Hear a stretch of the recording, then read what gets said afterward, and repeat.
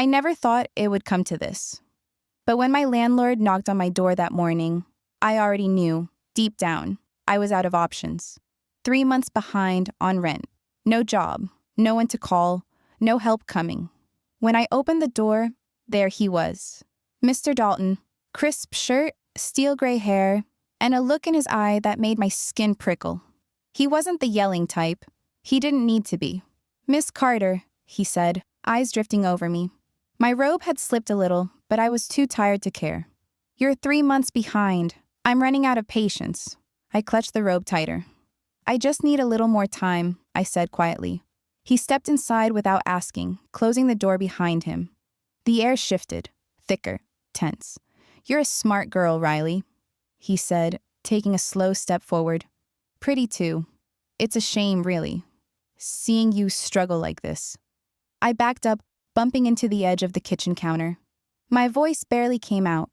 "I'm doing everything I can." He nodded thoughtfully. "That may be true, but effort doesn't pay the mortgage." I didn't reply. What could I say? I'd already tried everything. Extra shifts, selling furniture, even skipping meals. Nothing worked. Then came the pause. A moment of silence that lasted just a little too long. "There may be another way," he said, voice lower now. I felt it before he said it, the offer. The kind you don't write down, the kind you don't say out loud until you're sure the other person has no way out. I stared at him, heart pounding. What do you mean?" He took another step. "Come on, Riley. You know exactly what I mean. No one has to know. Just between us." There it was, a line drawn in the sand. One step forward, and there was no going back. I should have said no, should have told him to get out, but I didn't. Because in that moment, I wasn't thinking with pride. I was thinking with hunger, desperation, fear, and something else I didn't want to name. He watched me squirm, waiting for the answer he already saw written on my face. "I can make your problems disappear," he said, barely above a whisper. "But you have to say yes." The room felt smaller. My skin felt too thin. I could hear my heartbeat in my ears. And then I nodded. Just once. His smile was slow, knowing. He stepped closer and reached for the belt of my robe. "Good girl," he murmured. Later, I would tell myself it didn't mean anything, that it was just a deal, just survival. But in that moment, as he led me toward the bedroom, I realized something that terrified me more than anything. I didn't feel powerless. I felt something else, and I wasn't sure I wanted it to stop. The door clicked shut behind us. My breath caught. Mr. Dalton didn't speak at first. He just watched me, his eyes unreadable, his fingers unfastening the top button of his shirt as if this were just another business transaction. But it wasn't. Not for me. I stood still in the dim light of the bedroom, arms tight around my waist. Every nerve in my body screamed to run. And yet, I didn't move. Something in me wouldn't let me. "You can still back out," he said casually, rolling his sleeves. "But if you stay, don't pretend to be surprised." I didn't answer. Just stared at him. My silence was my decision. He stepped closer, one hand brushing my jaw. I flinched, but didn't pull away. "You don't have to enjoy this," he murmured. "But you might." His hand moved to the belt of my robe. I let him untie it. It slipped from my shoulders, pooling at my feet. The look in his eyes changed. Not crude, not hungry, but assessing. Like I was something expensive. Something he could finally touch. The mattress dipped behind me as I sat down, legs trembling slightly. He stood over me for a moment, then leaned in slowly, deliberately, his hand cupping the side of my face. It was supposed to feel humiliating, but it didn't. It felt dangerous. Like I had just handed someone the match, and he was deciding whether to light the fire or burn down the house. "I knew you'd come around," he whispered. When he kissed me, it wasn't gentle. It wasn't cruel either, just controlled, like everything he did. And in that control, something twisted in me, a flicker of heat where shame should have been. I kissed him back. At first, hesitantly, then with more force than I expected. Maybe it was survival instinct. Maybe it was defiance. Or maybe, deep down, I just wanted to see what it felt like to stop being the one who always begged. His shirt came off next, then mine. Layers fell between us like excuses. He didn't rush. He took his time, learning my body like it was a language only he was fluent in. I should have felt numb, but the longer it went on, the more my body betrayed me. Responding to his touch, to the way his voice dropped when he whispered my name. I didn't moan, didn't cry, but he could feel it. My breathing, my shifting hips, the way I arched into him without thinking. "You're not what I expected," he said against my skin. "Neither are you," I wanted to say, but I stayed silent, let my body speak instead. And when it was over, when we lay in silence, our skin still slick with heat, I waited for the shame to crash in. It didn't. Instead, I stared at the ceiling, pulse still racing, and felt clear. Not proud, not broken, just real. "You okay?" he asked, pulling on his pants, his tone almost gentle now. I nodded once. "Yeah." He watched me for a moment longer, then grabbed his phone. "I have another offer," he said, casual like always. "If you're interested." I sat up, robe still open, brows furrowing. "What kind of offer?" He turned, his face unreadable again. "There are men I know, clients, well-connected, discreet, and they'd pay very well for a woman like you." I blinked. "You're joking." His lips curved. "Does it look like I'm joking?" Silence settled between us like dust. I should have felt disgusted, but I didn't, because a tiny voice in the back of my head whispered, "What if this is your way out?" Mr. Dalton watched my face closely, and when I didn't say no, he stepped forward again. "It's one night, 2 men, no strings, but a lot of cash." My throat tightened. "2? You won't be alone," he added. "I'll be there. I'll make sure nothing goes wrong." I couldn't speak. All I could hear was my own breath, shaky, fast. He leaned closer. "Say yes, and I'll handle the rest." I looked down at my hands, then up at him, and slowly, against every instinct I had, I nodded. His smirk deepened. "Good girl." The next evening came faster than I expected. Mr. Dalton had already laid everything out. The address, the payment, the dress. It was a deep burgundy number, tight, low-cut, expensive in a way that felt dangerous. He handed it to me with a calm expression, like he was just giving me a coat to wear, not a new identity. "These will help," he added, placing a box of black stilettos on the bed. "Trust me, you'll look irresistible." I stood in front of the mirror for what felt like forever, adjusting the straps, smoothing the fabric over my hips. The woman staring back at me didn't feel like Riley Carter anymore. She looked composed, polished, unreachable. But underneath, I was trembling. "You look perfect," Mr. Dalton said from the doorway. "They'll love you." "They?" I asked, trying to keep my voice steady. He smirked. "Friends, generous ones. You give them a good night, and you'll never have to think about rent again." A knock on the front door cut through the air. My stomach dropped. "They're here," he said smoothly, as if it were nothing. He straightened his shirt collar. "You ready?" I hesitated, then nodded. He opened the door. 2 men stepped inside. Both wore tailored suits. Both carried themselves like they were used to getting what they wanted. One was taller, broader, hair slicked back like a man who made million-dollar deals before breakfast. The other was leaner, quieter, his eyes sharp, scanning every detail like nothing got past him. Their attention snapped to me the moment they walked in. I tried to stand tall, tried not to look afraid. Mr. Dalton made the introductions, but I barely heard the names. My blood was too loud in my ears. "This is Riley," he said. "Treat her well." They didn't speak, just nodded. I turned, leading them toward the bedroom. My heels tapped against the hardwood floor, each step louder than the last. Inside the room, I paused. They followed, close. I could feel their presence behind me like a storm about to break. The taller one moved first. He stepped behind me, his hands finding my waist, fingers firm but not forceful. His touch was deliberate, like he was testing me. My breath caught. The other man came in slower, circling around until he stood in front of me. His eyes never left mine. He didn't smile. He didn't need to. The way he looked at me, calm, assured, hungry, was more than enough. The taller one leaned in, his breath brushing my ear. "Let's take care of this." His hand grazed the strap of my dress, letting it slip down slowly. The fabric pooled at my feet. My skin prickled under their gaze. Neither rushed. Hands followed the dress, trailing over my arms, down my back, across my hips. They didn't just touch.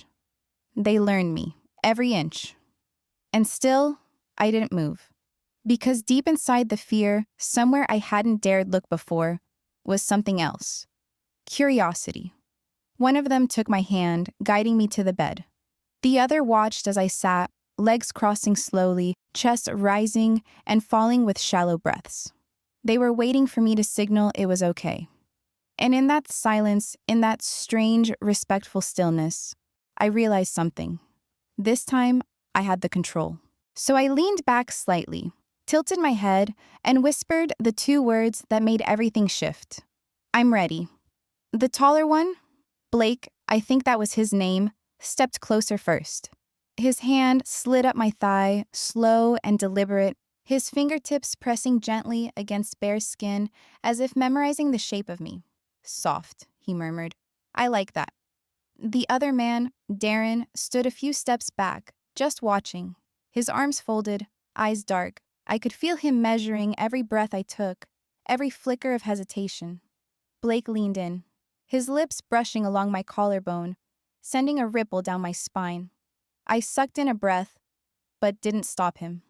He didn't ask permission. He didn't need to. I'd already said yes. But the strange thing was, he still moved like a man who was waiting for me to guide the rhythm. That threw me. Because I expected them to take. But instead, they were watching, reading me, adjusting to me. Like I was the one leading. And maybe I was. Blake's lips trailed down, slow and warm, while Darren finally moved in. He knelt beside me on the bed, one hand finding my jaw, tilting my face toward his. "Can I?" he asked softly. I hesitated, then nodded. His kiss was gentler than I expected. Not urgent, just deep, steady. And it caught me off guard how easily I leaned into it, how quickly my hands found his chest, his neck, pulling him closer. Between the two of them, something awakened in me. Not just arousal, but awareness. Of my body, of theirs, of this moment. Blake's mouth moved lower, his breath hot against my skin, while Darren kissed me harder now, his hands sliding into my hair. They weren't fighting for space. They were working in sync, and I was the center of it. My breathing grew shallow. My hands trembled against their skin, my fingers tracing muscle, texture, warmth. I didn't have to pretend. I didn't have to fake control or play weak. I could just be. Their hands found each other across me, coordinating, adjusting, grounding me with each movement. I felt like I was being handled and held at once. Darren whispered something into my neck, something low and unintelligible, but it made my skin light up. Blake looked up at me from between my thighs, his voice almost teasing. "You're not nervous anymore." I wasn't. At least, not the same kind of nervous. It wasn't fear. It was the kind of anticipation that coils in your gut like a spring waiting to snap. And then, I let go, completely. My back arched. My voice cracked. My hand gripped Darren's wrist while Blake's mouth sent another wave through me. I didn't try to hold back the sound this time, because there was no one left to pretend for. And when it passed, when I fell back into the pillows, breathless and undone, I heard Blake chuckle softly. "She's incredible," he murmured. Darren smiled against my cheek. "We're just getting started." I turned my face toward him, eyes half-lidded, still buzzing. "Then don't stop." He didn't. Neither did Blake. They moved me, shifted me, carried me like I weighed nothing, laying me on my side, then pulling me onto my hands and knees. Darren moved behind me now, his hands strung on my hips, steadying me. "You ready for more?" he asked, voice low, edged with something deeper. I nodded once, and when he entered me, slow and thick and steady, I gasped. My arms trembled, legs shaking under the weight of him. Blake positioned himself in front of me, his hand cupping my chin, lifting my gaze. "Eyes on me," he whispered. So I looked, straight into him, and opened my mouth, welcoming him. Their rhythm began, and I surrendered. The room pulsed with heat. Darren moved behind me with slow, relentless force. His rhythm patient, deliberate, almost reverent. Each thrust sent a shock through my spine, my fingers digging into the sheets just to stay grounded. In front of me, Blake never looked away. His hand stayed at my jaw, thumb grazing my cheek, keeping me focused, keeping me present. His other hand rested on my hip, syncing with Darren's pace, anchoring me in a rhythm I didn't know I could lose myself in. I opened my mouth again, and Blake filled it, slowly, steadily, his breath hitching when I moved just right. It was all too much, and yet, not enough. The two of them guided me like a song only they could hear. One that pulsed through my bones, rewired my nerves, dismantled everything I thought I knew about power and surrender. I wasn't just reacting anymore. I was participating. Every movement, every sound, every sharp inhale or muffled moan, I was giving as much as I took. Maybe even more. Blake groaned above me, his voice ragged. "God, Riley, you're dangerous." Darren's grip on my hips tightened. His rhythm faltered for half a beat, just enough for me to realize I had shifted the control. They weren't leading anymore. I was. That realization hit me like lightning.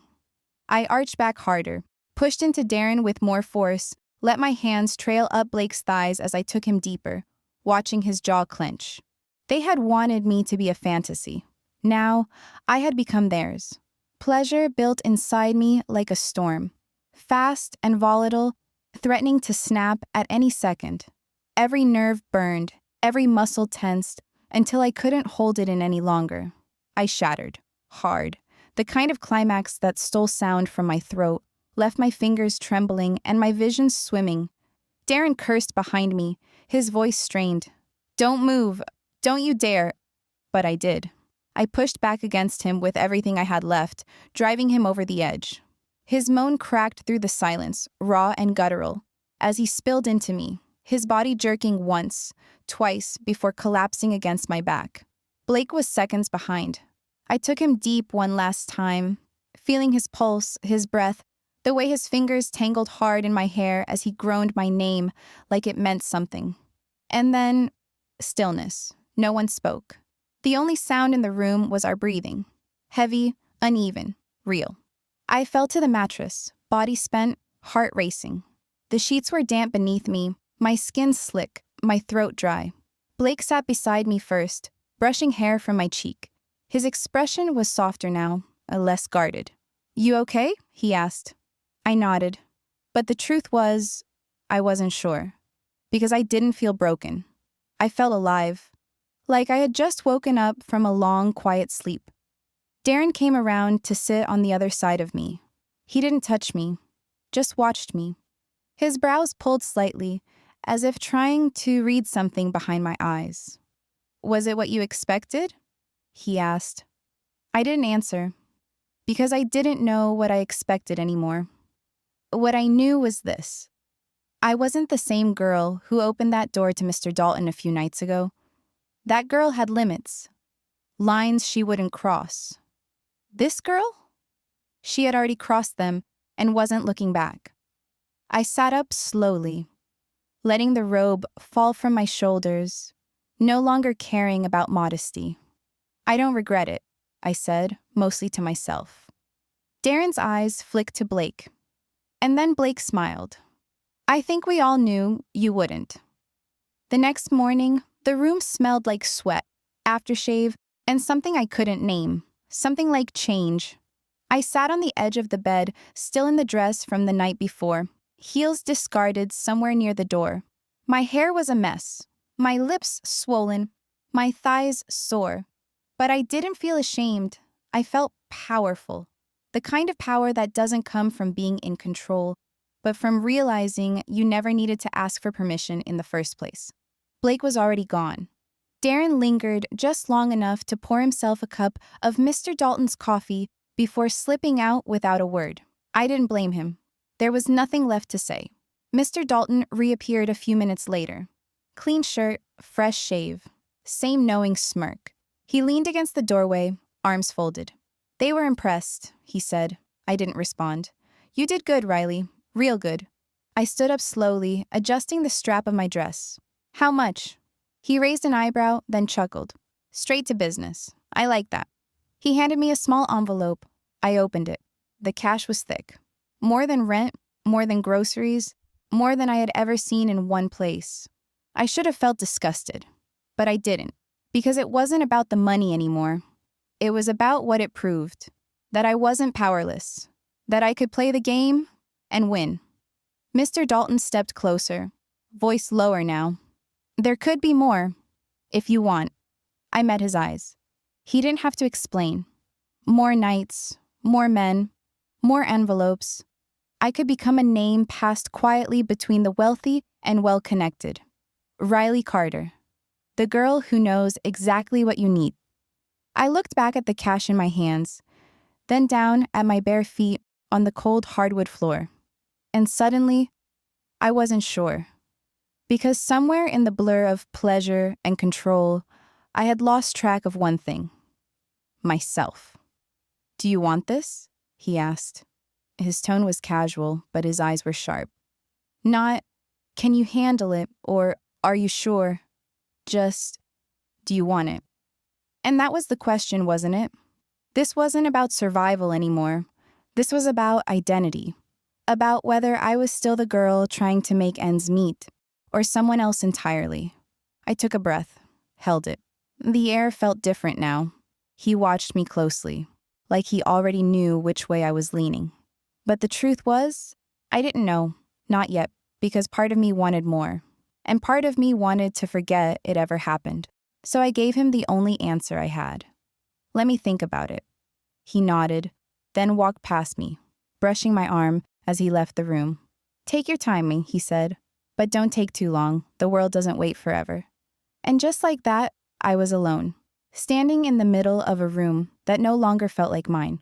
A girl who crossed the line, and now had to decide, do I turn back or keep walking? I picked up the envelope again, stared at the weight of it.